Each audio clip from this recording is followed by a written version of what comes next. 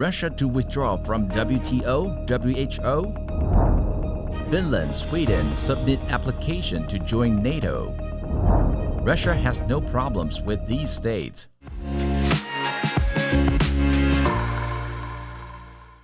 Hello, I'm Johnny. Thank you for joining us on FUNDAY News. It's May 19th, Thursday, and here are your top stories. The Russian Duma's Deputy Speaker Pyotr Tolstoy said on May 17th the Russian government is starting the process of unilaterally withdrawing from a series of international bodies, including the World Trade Organization and the World Health Organization. It followed a decision made by European WHO member country, which voted on May 10th in favor of a resolution that forces the WHO to decide on the potential relocation of its European Non-Communicable Diseases Office out of Moscow. Russia's Deputy Health Minister Andrei Plutnitsky described it as a gross violation of the constitution of the WHO, but news outlet Politico reported the WHO's Regional Director for Europe, Hans Kluge, said on Monday 18th when he asked the Russian Ministry of Foreign Affairs about their potential withdrawal and was told the Russian position is the opposite one. The ministry told Kluge that Russia intends to continue cooperation with the WHO and has not sent any proposal to the parliament to withdraw from the WHO. Finland and Sweden formally applied to join the NATO alliance on May 18th at Allied headquarters, setting in motion an accession process that is expected to take only a few weeks, but ratification of all 30 Allied parliaments could take up to a year. Turkey voiced objection for some reasons in recent days and has surprised its allies by saying it had reservations about the Finnish and Swedish membership. NATO Secretary General Jens Stoltenberg said on May 18th that he thought the issues could be resolved. Stoltenberg extended his congratulations at a short ceremony in which the Swedish and Finnish ambassadors to the alliance handed over their application letters, each in a white folder embossed with their national flag. Stoltenberg said this is a historic moment, which we must seize. But Sweden and Finland will have to assure Turkey that they will stop assisting the PKK and their likes, which have attacked Turkey and was considered to be terrorist organization. News media Daily Beast reported on May 19th, Russian President Putin said on May 16th that a summit of the Russian-led military alliance, the Collective Security Treaty Organization, that at the accession of two prospective new members, Finland and Sweden. I would like to inform you, colleagues, that Russia has no problems with these states, he said. No problems at all. Obviously, his comments stand in stark contrast to some of his previous threats. Former Russian military analyst at the U.S. Defense Department's European Command, Josh Manning, believed Putin is now likely just trying his best to tamp down his panic about an expanding NATO and bide his time, rather than let it look like his worst fears about NATO are actually coming true. Former CIA Moscow Chief of Station Dan Hoffman suggested Putin was saying that not because they are not a threat, but because he can't do anything about it. Another former CIA officer, Ronald Marks, said that Putin was really caught off base here. The Lancet Commission on Pollution and Health reported on May 17th that pollution was responsible for 9 million premature deaths in 2015, making it the world's largest environmental risk factor for disease and premature death. The report said over the past 2 decades, deaths caused by the modern forms of pollution have increased by 66%, driven by industrialization, uncontrolled urbanization, population growth, fossil fuel combustion, and an absence of adequate national or international chemical policy. The report said industrial activity in China has increased airborne pollutants in places as near as Japan, South Korea, and Taiwan, and as far away as California, USA. According to the report, Taiwan recorded a total death of 60,456 caused by pollution in 2019, with average rate of 66.6 deaths per 100,000 people. The global average is 117 pollution deaths per 100,000 people. India and China lead the world in pollution deaths with nearly 2.4 million and almost 2.2 million deaths a year, respectively.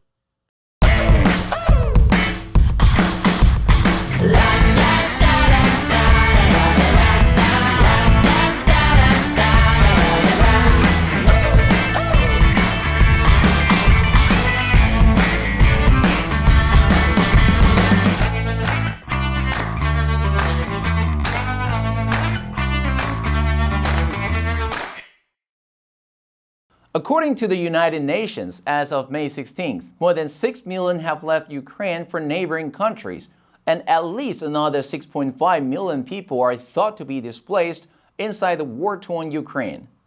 As to the countries the refugees arrived, Poland have received more than 3.3 million Ukrainian refugees, while some 920,000 Ukrainians left for Romania. As more than 850,000 left for Russia from eastern Ukraine. Many of them have fled to other countries afterwards. Some of those were helped by Russian citizens. The United Nations reported in countries bordering Ukraine, refugees can stay in reception centers if they can't stay with friends or relatives. They are given food and medical care and information about onward travel. The EU has granted Ukrainians who flee the war a blanket right to stay and work throughout its 27 member nations for up to 3 years. They can also receive social welfare and access to housing, medical treatment, and schools. Military news outlet Sovret reported on May 18th, several networks of Russian civilians have been working in the shadows to provide much-needed aid for Ukrainian refugees. These groups provide financial assistance, transport, and even travel route advice to Ukrainians. One activist shared that there is a vast grassroots movement inside Russia. Some groups collect clothes and toys for children. Others put people up in their homes for a few nights, buy train tickets, and take them to the station. Helping to lead the volunteer group sharing messages and passing people on to groups in other cities while they are helping them get over the border. Another volunteer group, Volunteers Tbilisi, that has helped over 300 Ukrainian refugees escape Russia.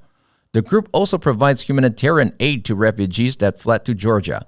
The director of the underground group, Volunteers Tbilisi, Maria Belkina, said, "Many Russians have this constant feeling of guilt, and many people from Russia are writing and asking, 'In what way can I help?'" A U.S. House panel held an open congressional hearing on UFOs on May 17th. It followed the release last year by the U.S. intelligence community of a report on mysterious flying objects that have been seen moving through restricted military airspace over the last several decades. The report examined 144 reports of what the government terms unidentified aerial phenomenon, or UAP. Investigators found no evidence that the sightings represented either extraterrestrial life or a major technological advancement by a foreign adversary like Russia or China, but acknowledged that it's a possible explanation. During the hearing, Deputy Director of Naval Intelligence Scott Bray presented 2 unidentified aerial phenomenon video clips. One showed flashing triangle-shaped objects in the sky, later determined to be visual artifacts of flight passing through night vision goggles. The other showed a shiny, spherical object zipping past a military aircraft's cockpit window. In November 2021, the U.S. Department of Defense announced the creation of the Airborne Object Identification and Management Synchronization Group. Nigeria's commercial capital Lagos said on May 18th it will ban motorcycle taxis from operating in most of the traffic-clogged city, removing a popular mode of transport for residents. Lagos State Governor Babajit Sanwo-Olu said the ban would come into force from June. Many residents in Lagos use motorbike taxis to crisscross between the traffic, but with little regard for road and safety rules. A similar restriction imposed in February 2020 fizzled out because of a lack of enforcement. Lagos State Governor said motorcycle taxis will be banned from 40 bridges and flyovers in areas covering the business districts where the primary port is located, and an area which is the home to the international airport. Governor Sanwo-Olu said lives are being lost on a daily basis. Preventable accidents are happening every day, and the riders are not respecting any of our traffic laws. This ban has come to stay, and we will not tolerate any weakness in enforcement. And that's all the time we have for today. Thank you for joining us on FUNDAY News. Let's make every day a fun day. I'm Johnny Wu, your host. I will see you next time.